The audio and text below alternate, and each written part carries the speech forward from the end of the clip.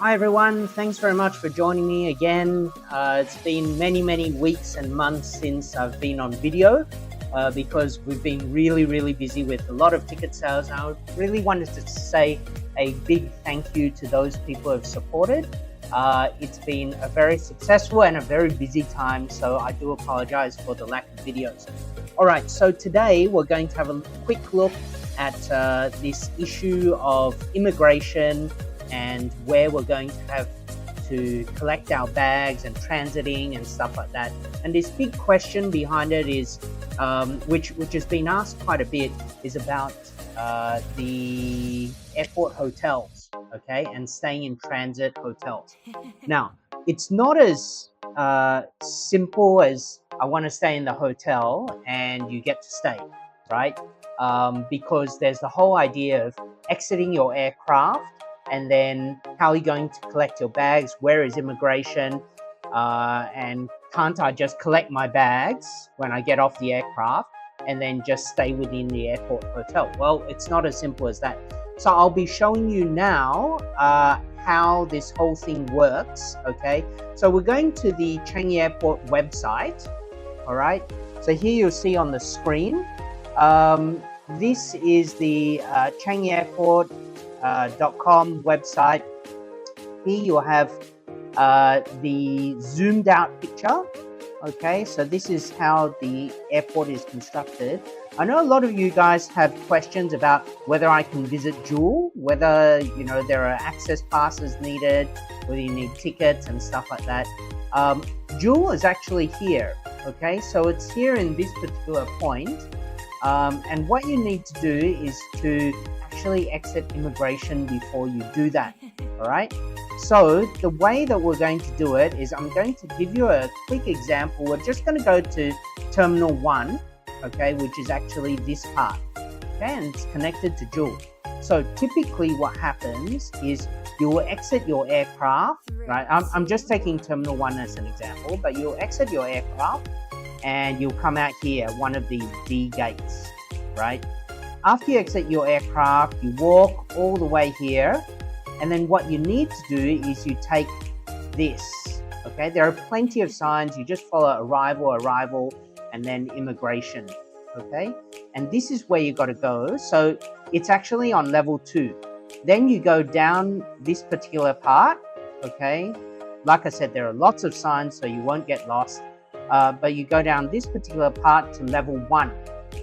Okay, and when you come out here at level 1, you'll see this guy, okay, which is the immigration guy, right? Actually, it's not a person anymore, it's a gate, okay? So it's a whole bunch of immigration auto gates. You just take your passport, scanner, and all that stuff. At this point, this is the part where you actually need the SG arrival card. So even though I've been talking about it quite a lot, people are still having questions. And this SG arrival card is the part where you just go online, take your phone, go onto this particular app if you want to download the app, or you just go to a website, and I'll leave the link in the description part below. But you go to that particular link, submit all your details. It's a free link, okay? So don't end up going to some Google site which says, we charge you $80 to submit your SG arrival card. It is free. The official one is free, so do not pay any third party for it. And the worst thing is you're providing all of your private information, all your passport, expiry date, full name, everything, and you're giving it to a third party. It's not even direct to the Singapore government. You're giving it to a third party. So be very careful of which site you go to, okay? Again, I'll leave you the link information below. So after you pass through immigration, you go straight here. Again, you follow the signs, you go through the duty-free part, as every airport does that. And then you see it's got the belts here, okay? These belts are where your bags come out, okay? All of your check-in baggage comes out here. So going back to the initial question, so let me finish first. So normally you would go and collect your bags, and then you would exit here, okay? So this is the door, and you exit out, and then welcome, you're already kind of in Singapore, on Singapore ground, and you've passed through the gate here, collect your bags and out. All right, so the flow again, right, is you get off your plane, you go down the escalator, you pass through immigration, then you collect your bags, then you exit out. Okay, and then FYI, this is dual. Okay, so again, if you're arriving from Terminal 1, this is the part. All right, now the question has come up, and this is the main reason behind doing the video. The question has come up, how do we actually collect our bags and stay in an airport hotel? All right, so this airport hotel is actually on level 3. Okay, so you got to go up a particular level. So again, using Terminal 1 as an example, right? When you get off the flight, if you wanted to use the airport hotel, you've got here, Aerotel here, Aerotel here. Okay, you go up the lift, up the escalator. Here, there's also a lift, but you go up and then you've got Aerotel and Aerotel. Okay, now note that Aerotel is on the transit side. Okay, that is, you have not exited immigration yet.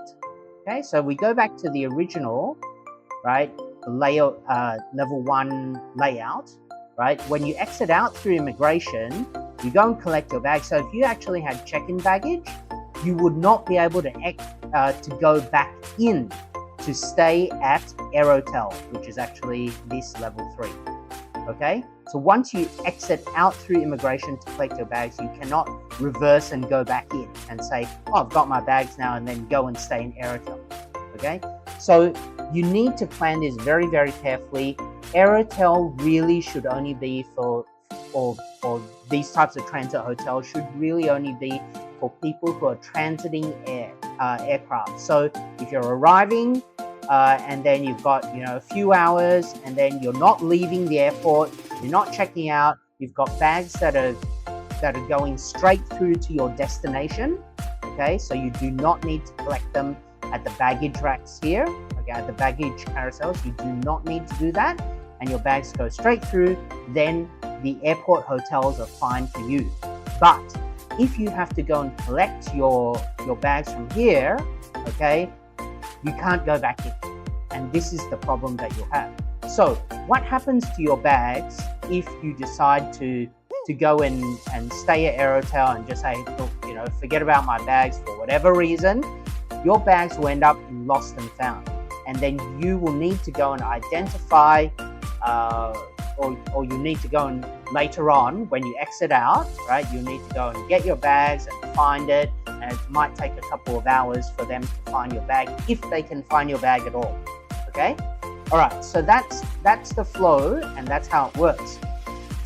Now I also want to address this other option that you may have, right, and that is not to have check-in baggage.